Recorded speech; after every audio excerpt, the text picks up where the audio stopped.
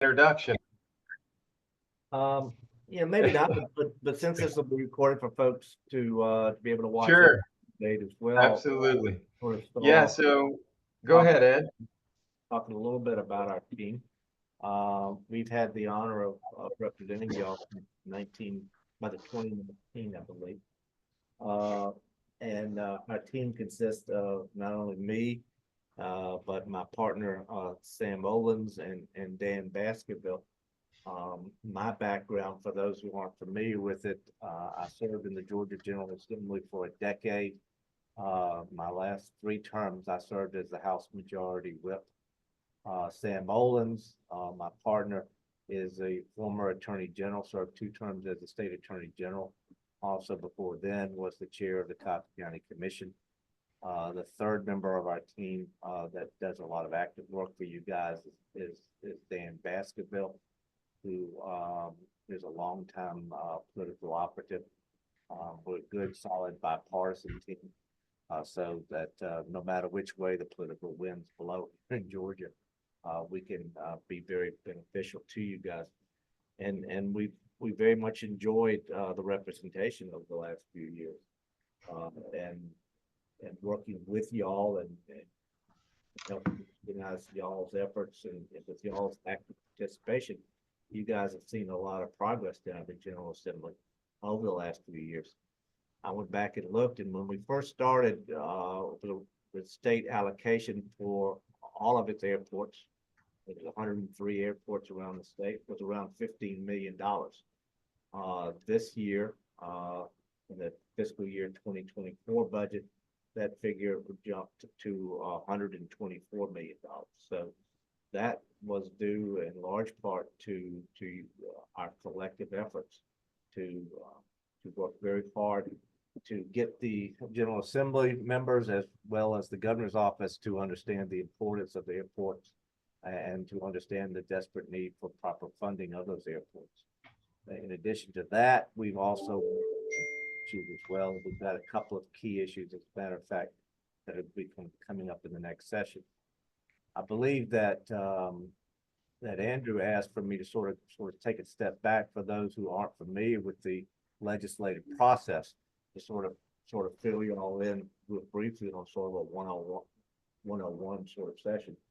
Keep in mind that even though the General Assembly meets from only January to March, the legislative process is a year-long process.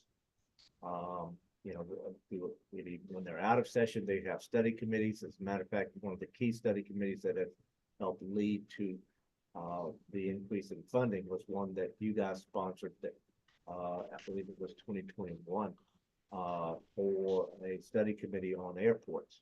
And that was a year-long process to basically educate the General Assembly on the need for greater funding. In addition to that, throughout the off-season years, we are meeting with key legislators on legislation that we're concerned about. We're meeting with other players out there that are important, such as the Georgia Municipal Association, the Association of County Commissioners in Georgia, and other interested groups to try to build a coalition for the legislation you guys are concerned about.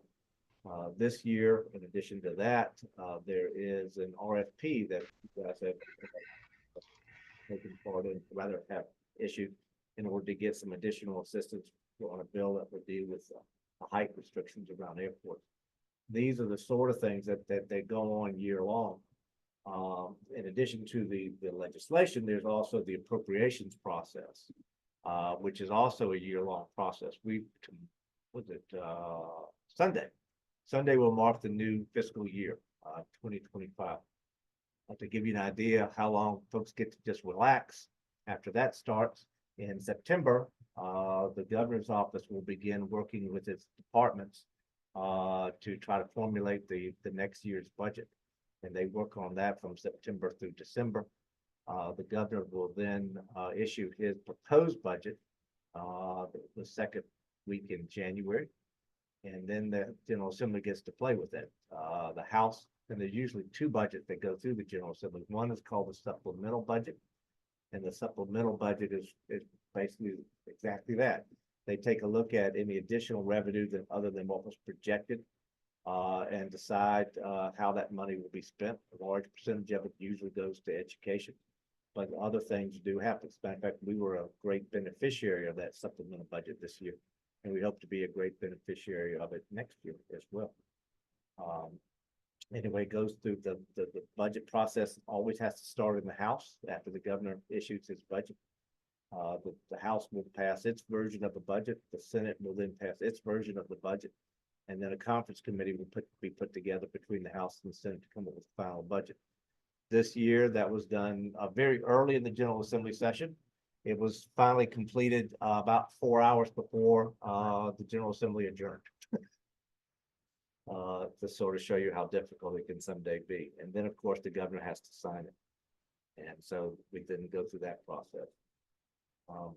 That's sort of one-on-one when it comes to legislature. When it comes to what you guys do during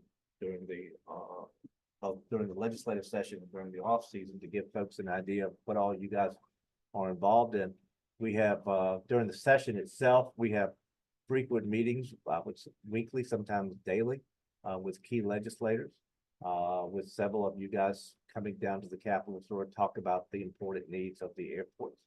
We like to have you guys make presentations to both the House and Senate Transportation Committee. Matter of fact, Amber Clark, president, did a great job before both the State House Transportation Committee and then the State Senate Transportation Committee on sort of what we like to call it the state of the airports.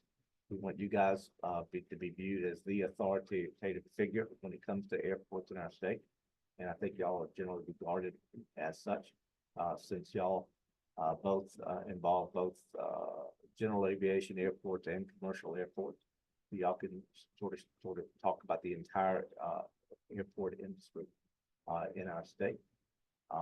In addition to that, we had a great program this year with the Georgia Airport Association's GAA Day in early March, in which we had a good turnout from you guys. We met with key legislators. We had folks from around the state come in.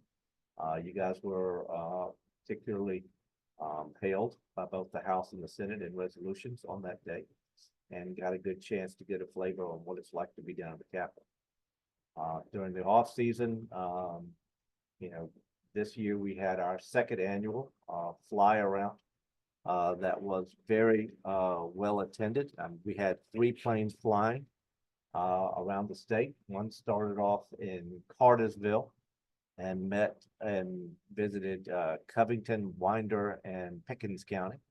One started off in Perry, Georgia, and visited not only Perry, but Tipton and Harris County Airport. And the third one started off in Savannah and visited Waycross, Vidalia, and Burke County. Not only did it have some of the key legislators and also key staff members from the governor's office on these flights, but you guys also had folks on the ground attending. What was great is having folks from the local community attend, in terms of folks from the airport authorities and county commissioners and city officials as well, and key folks from each community coming and talking about airports to legislators. And I thought that's been the second time we've done it. Hopefully we'll be able to continue that as a yearly process. What's been nice now that we've done it 2 years, that we now have legislators coming to us and saying, hey, next year I want you guys to come to my airport. And so, and that's been a good process. We're also hearing from airports who heard about how successful these were when the folks went to one of their neighbors' airports, now saying, hey, next year we want you to come to our airport. So I think the momentum is building there. That's some of the stuff that we're doing. Obviously, y'all's conference in October is going to be a big thing. We're going to have several legislators at that. We'll also be meeting with, once again, I've talked already about ACCG and GMA, talked about their needs, and be talking throughout the session, throughout the year, about some of the key pieces of legislation that we want to be carrying. We also monitor closely what the Georgia Department of Transportation does. It's a little bit long, but that sort of gives you guys sort of a general feel as to what all you guys are doing. And that I'd like to see any questions. And then we'll sort of move on to the next topic. Hey, Ed, Jim Marquardt, could you give me a little bit more information about where the supplemental budget comes from? I mean, I know this last year, the governor put like 26 million into the airport, the CDOC airport budget, but we ended up with 100 and some million. Yeah. That's a big, huge difference. So where exactly is all this supplemental coming from, and what do we do to influence that more? Well, that's what we did, that difference was in large part due to your efforts. That took place is that the governor sort of sets out a rather small base, and then we have to add to it through the supplemental process. The supplemental money is basically the difference between, well, it comes from two sources. Number one, Jim, it comes from the difference between what was projected in terms of the state revenue versus what is actually brought into the state throughout the year. Governors typically set a very conservative dollar amount in terms of how much they project, so that there will always be additional money that comes in over and above that, so they can spend that. The second is money that is drawn down from what's called the rainy day fund, which is somewhere, it's a little bit lower than it was, but still somewhere around 12 or 13 billion dollars that is sitting in reserves that the governor can tap into when needed. And my experience over 25 years that I've been actively involved in this process, fortunately, I've only had 1 year in which the General Assembly had to come back in the supplemental cut the budget. And that was during the Great Recession in 2009. Not a pleasant experience. Hopefully we'll not ever have to face that again. But that's where the additional money comes from, Jim. Is money that comes in over and above what was originally projected, and drawdowns from the rainy day fund. The state has been very good at building up the rainy day fund, and the governor and General Assembly want to try to utilize some of that for capital improvements, and you guys are definitely on the list for that sort of thing. So, and we're going to have to do it all over again this year. I mean, the base in the fiscal year 25 budget is $26 million again, and we're going to go back to the General Assembly and the governor's office and work to try to build that back up. Don't know if we'll get the $124 million again, but we certainly going to be fighting to get a lot more than merely 26 million. Edward, is there any way you can kind of go into detail, like how does our association get a bill, like a piece of legislation implemented? Like what's that process and what does that look like? Yeah, well, and to give you an idea, for instance, we have two proposed bills out there of concern. One deals with the height restrictions bill. We're one of, someone tell me if I'm wrong, we down to 3 or 4 states that do not have any kind of statewide limitations in terms of what can be built around airports. It's 3. 3. And so, we're a bit overdue in terms of the state moving forward. The good news about being so far behind is that we can go around the state, we'll go around the country rather, and take a look at what other states have done and figure out what works best. But then that's what this study that we're now conducting is doing. But to give you an idea on that, Brandon Beach, who's a state senator from Alpharetta, who is also the chair of the Senate Economic Development Committee. He's also a former chair of the Senate Transportation Committee and a former GDOT commissioner before he got elected to the state Senate. Is very concerned about anything dealing with transportation. He has been willing to take on that task, and the way it'll work, assuming that he will, and he's already said he's prepared to do so, he will drop the bill in the state Senate. It'll go through the Senate Transportation Committee dealing with the height restrictions next year. Assuming that we can get it out of the Senate committee, it then goes to the Senate Rules Committee, which is sort of the gatekeeper. And we've been working with the chair of the Senate Rules Committee on that issue already. And then from there, get it to the floor of the Senate, where we will work very hard to lobby to get it passed there. Then at that point, it then crosses over to the House and we get to start all over again. The likely person to help us carry that bill will be probably Rick Jaspers, who is the chair of the House Transportation Committee and has been a very good friend of ours on all transportation issues. And he's already been briefed on this issue in general terms. And we'll have to go through the entire process there. We'll go through the House Transportation Committee, the House Rules Committee, then pass on the floor of the House. What usually happens, very rarely do bills pass out of one chamber and then have anything that gets fixed in the other chamber. Usually there's a slightly different version between the two. At that point, we need to work with the House and Senate to agree on a unified bill. And then both chambers will vote on that, and then it goes to the governor for his signature. That's basically the legislative process that we'll have to do with that. We also have, I talked briefly about the issue dealing with airport hangars. And we have a hangar study, a long-awaited hangar study from the Georgia Department of Transportation, has issued a report talking about its importance in terms of the operation of airports and the economic development in the state when it comes to airports. It's a good working explanation on the importance of hangars. And we'll have to go through that same process. It appears right now that Representative Jaspers, Chairman Jaspers of the House Transportation Committee, will be carrying that. That, quite frankly, will take some negotiation with him. His initial thought is one purely on loans. That may work for some airports, but probably will not work for others. And so, and you guys did a survey on that already. It sort of shows the thoughts of the airports around the state, and we need to be going back to him and to others. He's had a very much of an open door attitude when it comes to that, and try to work with him to craft the legislation that would give more flexibility in terms of getting these hangars, desperately needed hangars, built in our airports. And then we'll start that same process when it comes to that hangar. Okay.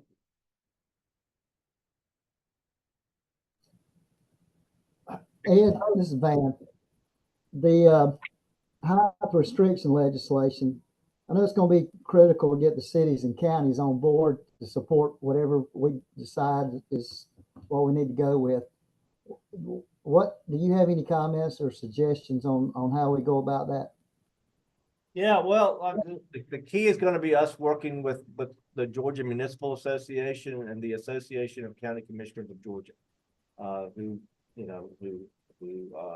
lobby on behalf of the counties and cities in our state. In order for us to get it passed, I don't mind saying we need a kumbaya, what I like to call a kumbaya bill. We need a bill in which all the key players will come on board. And that also includes, asking the Georgia Department of Transportation for any technical issues or concerns they have regarding any proposals, sitting down with GMA and ACCG and saying, okay, what works for your communities? Obviously, you guys, I'm talking about what you guys, meaning the local communities, have invested heavily in your airports. In order to be able to get the full return on your investment, you need to be protecting these airports from development that interferes with their operations. So that's something that we're going to need to work with both of them. Part of it is also, quite frankly, Van educating folks on why the legislation is needed in light of the FAA. A lot of folks think, well, the FAA has these rules, therefore, why on earth do we need state legislation? Well, the reason is the FAA doesn't have any power to tell a local area what they can and cannot build around airports.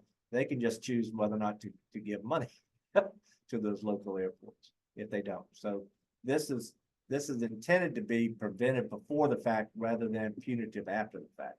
And that's a heavy part of what we're going to need to do, Van, when it comes to the airports and when it comes to this height bill is educating folks on why it's so desperately needed. This is Frank with Waycross Burke County. In regards to that height bill, So let's say we get the hype bill passed, and how would, say, a company that wants to build near an airport, they're out in a, like for instance, my airport, we have a large industrial complex to the west. That's where we do most of our business. How would they know without coming to me or me knowing that they're building that, hey, there's this height restriction? If this bill were in effect today, what would be the governance that lets them know that? Well, let's back up, Frank, because you want to work with your local industries.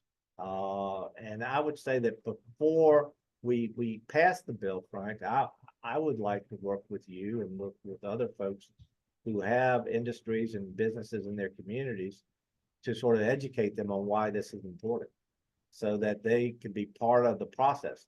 The worst thing that we can have happen, Frank, is somewhere along the legislative process next winter, for some folks from some industrial group to be organization to be coming forward and going, wait a minute, this won't work.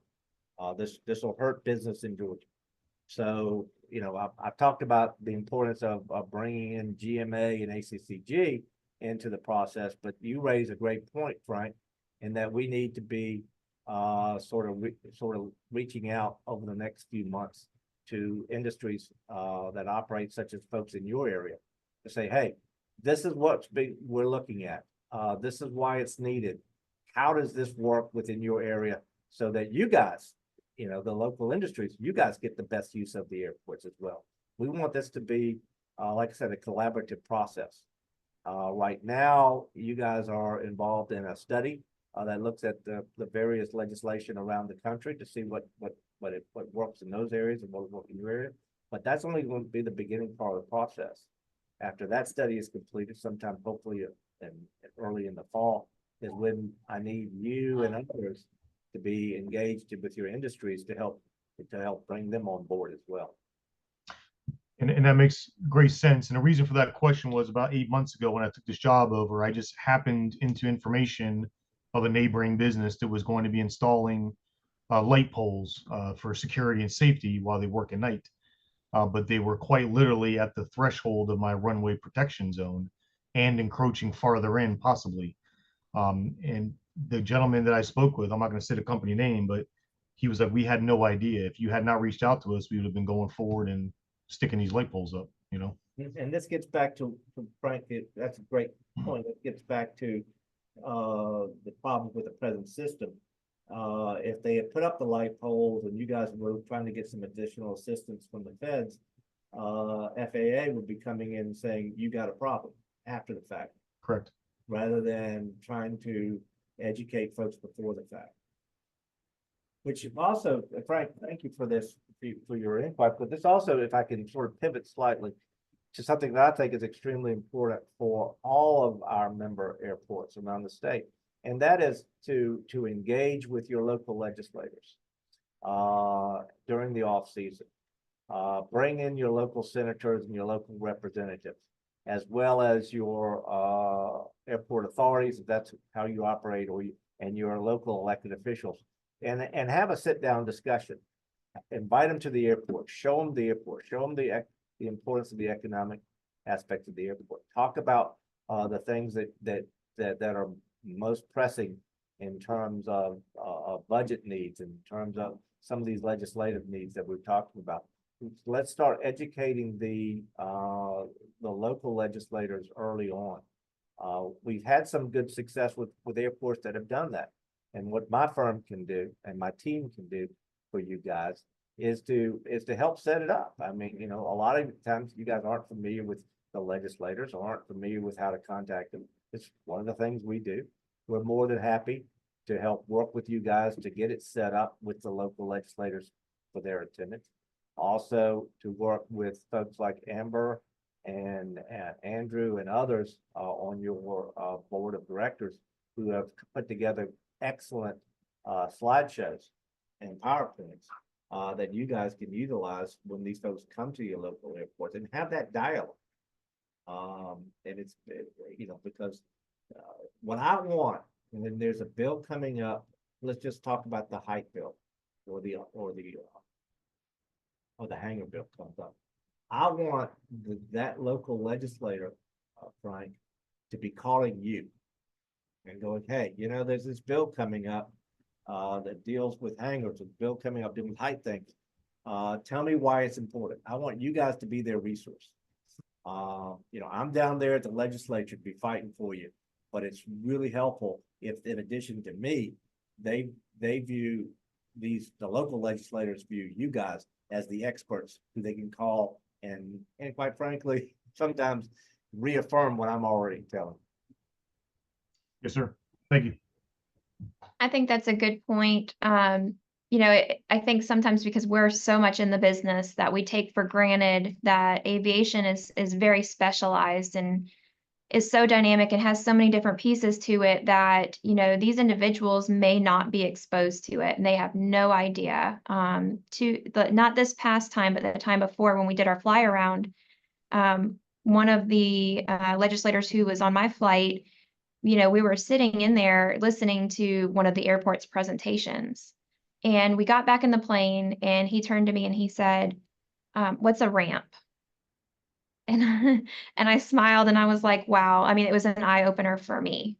You know, if I didn't sit there and explain to him what that was, I mean, all of the rest of the presentations wouldn't have made sense when we're asking for money to redo an apron or a ramp, right? So I think sometimes we think that these legislators just should know and understand, but a lot of them don't. And I think it is really, really important that we are educating them because again, if they don't have you as a resource and they don't have that understanding, they're not gonna, you know, vote yes for something that they don't truly see the need in. I was wondering, Matt, I don't mean to put you on the spot, but it would be kind of nice to maybe give an update of where we are with our study and kind of just give an update to our members so that, you know, we can kind of talk a little bit about that as well. Yeah, that's fine. Actually, I was just waiting for a pause to kind of dovetail into some of that. To Frank's question, one of the things that the consultant's going to be doing is going to the membership and asking, what do you want to see in the legislation? Because they're going to come up with a draft legislation that we'll give to Ed and he can give to the legislatures and they can take that as like the structure that they build upon. And part of that draft legislation is to get things that work for you and your local legislature, because we don't want to introduce something that when it gets up there, they say that's not going to work with, just like Ed said, we want something that works. So that's part of the study and those communications and that survey will be coming out shortly. And I strongly encourage all the airport members to respond. If you can have that dialogue with your local legislature and your local leaders beforehand, so you know what will work for your community and you can communicate that clearly in the survey. But just to give you an idea, the GAA issued an RFP, request for proposals. We received proposals from interested parties and Mead and Hunt was selected as GAA's consultant. We've signed a contract with them. They've started some of the work. The general goals for the study are to identify best practices from other states, like Ed said, find out what works in other states, what doesn't work, what we think will work best for Georgia. So we don't have to reinvent the wheel. We can hopefully copy from some other places and take the best of all the other different places. We're going to do an inventory of existing conditions in Georgia that includes existing height control regulations, airports with planned obstruction removal projects so we can get an idea of how obstructions are affecting airports. And then we're also going to identify the governmental jurisdictions within a 5-mile radius of every airport in the state. Again, so you know who you're supposed to be talking to. Like Frank said when he had that conversation, who these people are that are approving these zonings, so you know who you can talk to in the future. We're going to do the survey of the Georgia membership, like I discussed. What do you need from the zoning? What would you like to see? And then we're going to do a webinar where we can provide some updates of what's going on, where we are.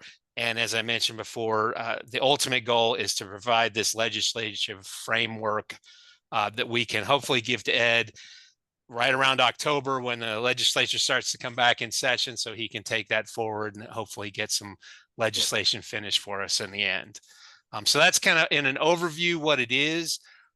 That's now my commercial part of the talk is this study is going to cost the association some money. And so we will also be sending out some kind of notice asking if you can contribute. And we know not everybody can contribute, but if you can, it certainly would help, because just like you at home, the association has a fixed budget. We can only afford to do so much. And we think this is very important. This is something that the association can do that will help the state going forward. It's really an important thing. So the association board was willing to spend money to do it. But we certainly would like to try to replace that money if we can through donation. So we will be sending something out for that. And I think that's kind of in a nutshell what we're doing, where we're at. Mead and Hunt's already started their work. They've got a lot of data from the state already. They're crunching it, and they're still trying to get everything done by October, which is a huge turnaround for them. And I'm assuming, donations, you'll take any amount in the donations. Exactly. 50 cents to $5,000, whatever you can do. Hey, Matt, when do you expect that letter to go out? I would expect hopefully the week after the 4th of July week, just because people are on holiday next week. So hopefully the week after. Okay. And are you prepared to take donations now, considering we're a few days away from beginning of fiscal year? I might be able to dump you a little bit now and then a little bit when your letter comes out. Certainly. We will never turn down money. I can promise you that. Okay. All right. Well, if you can shoot me something, or we can talk afterwards, we'll try to get something over to you. Yeah, Okay. anybody who needs something like that, just let us know. We can have our association manager, Lisa, send an invoice, or we know that each sponsor kind of has a different way of how they can, pay for different individual things. So whatever you need for that, please don't hesitate to reach out to Matt, myself, Andrew, whoever, and we'll get you in touch and get you whatever you need. Yeah, that would be great. If I could get something quick, I can dump some out this year and then maybe a little next year. So next year, meaning July 1st.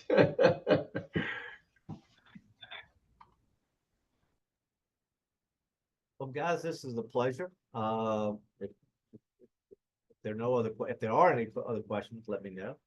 If there are not, let me tell you that we appreciate the opportunity once again to represent you guys.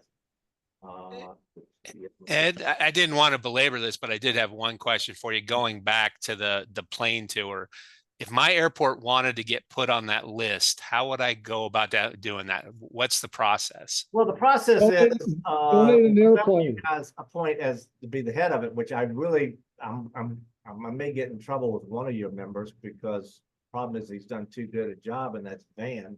Y'all, you ought to make him a permanent chair of the fly-arounds.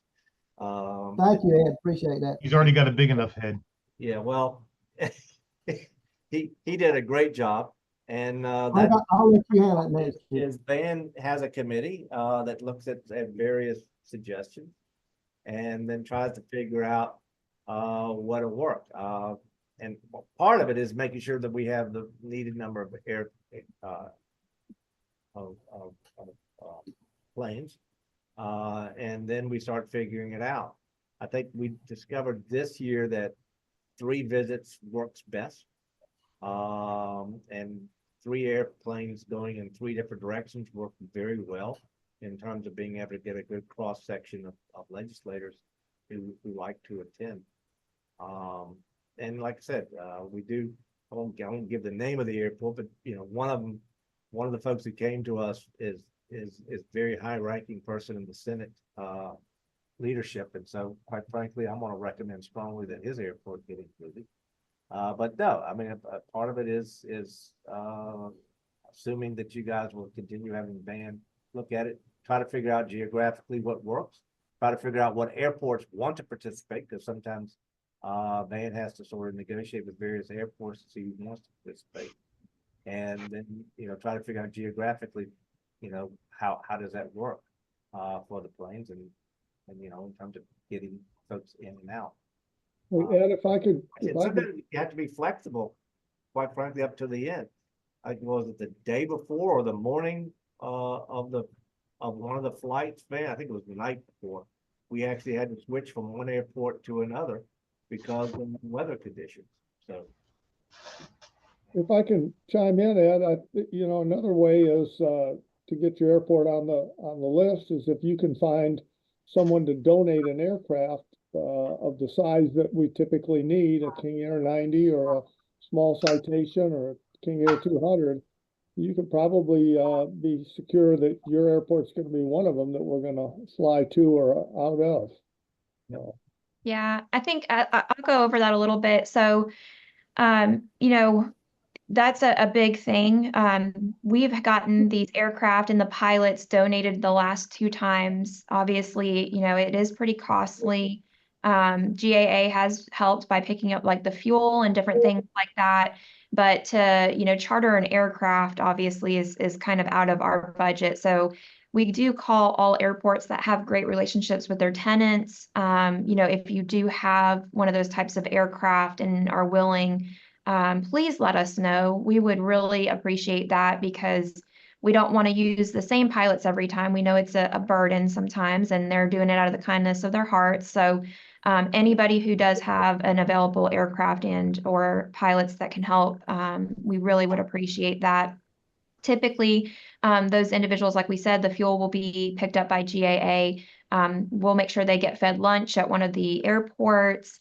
And we typically do like to recognize those pilots. We've talked about last year, we gave them a little bit of a gift. We might do an award, but there will be some sort of recognition for those individuals who have stepped up and volunteered. For the airports themselves, just there is a little bit of work, when you volunteer to do this. We this year did something really cool where we had each airport kind of do a 15-minute presentation and provided like a template PowerPoint, and it's really simple. It's the things that you guys talk about every day. It's what is your needs at your airport? What projects are you looking to get funded? What have you gotten funded in the past? What are you doing to utilize the funding that you are getting? And then we go out and actually look at these projects. So that's kind of the format, for your airport. It doesn't have to be a large airport. We stopped at some that literally had one little room as their terminal, and it was just fine.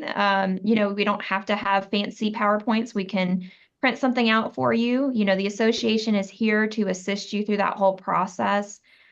Typically, we will pick one to sit down and actually eat lunch. So, we'll work with that airport to have something kind of brought in or catered. But that's kind of what the expectation is, if you volunteer as an airport. But again, GAA is here to work with you through that process. And it's just a really good opportunity for you to get some recognition from these legislators. As things come up, they'll remember your airport, they'll remember your projects, and it just kind of helps overall the better understanding of really what is needed by all airports. So I really do, as the president, ask, if you haven't been involved, that you really consider this next year to be involved. It's something that I think is truly important to your airport and our association as a whole. So if anybody's interested in that, you can reach out to Van, myself, Andrew, and we'll definitely start working with you ahead of time. yeah, and and sort of build on that a bit. We look at geography, obviously. We now that assuming we were able to get 3 airplanes again, we were able to sort of cover 3 different areas of the state.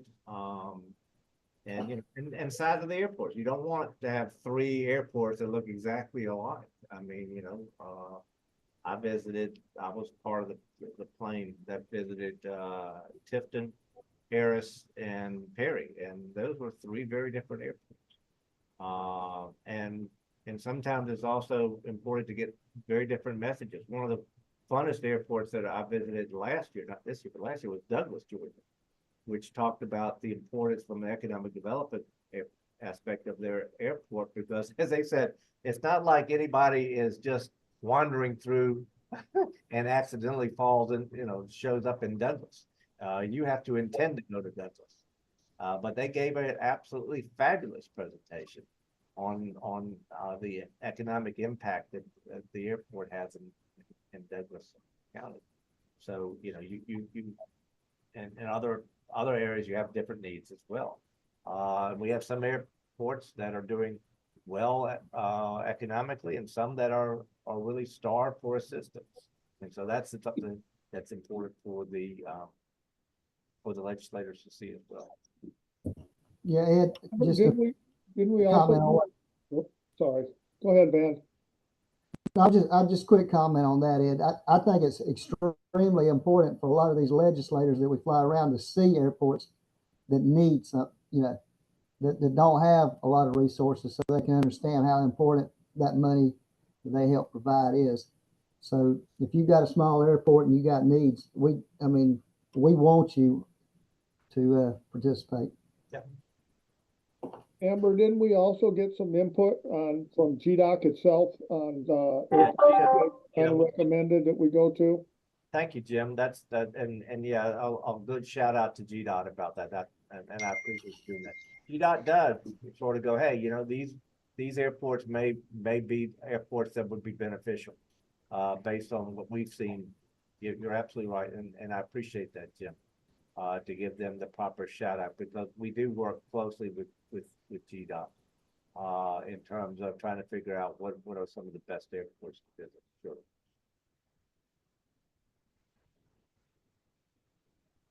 I guess that is kind of what we want to talk about. Does anybody have any questions in regards to anything legislative or any initiatives that GAA is going forward with this year? Open up the floor.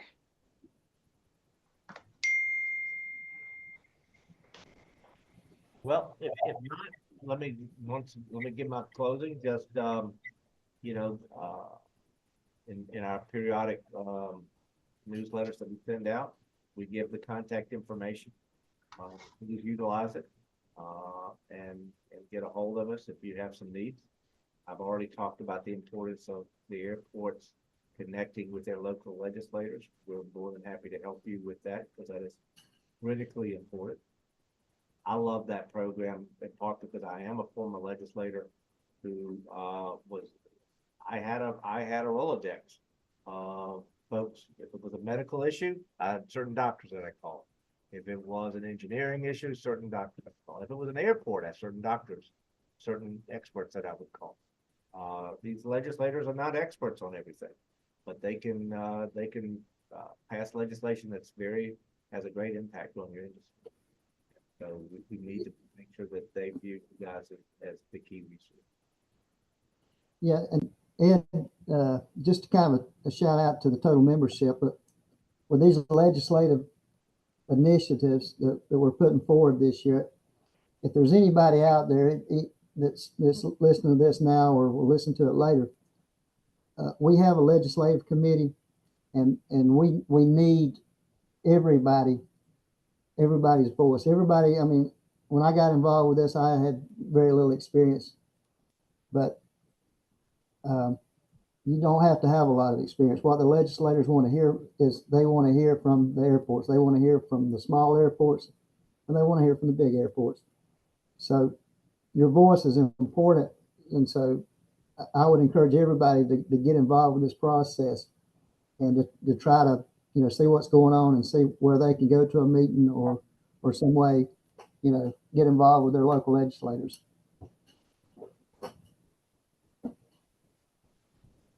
Well, once again, thank y'all. And happy 4th next week.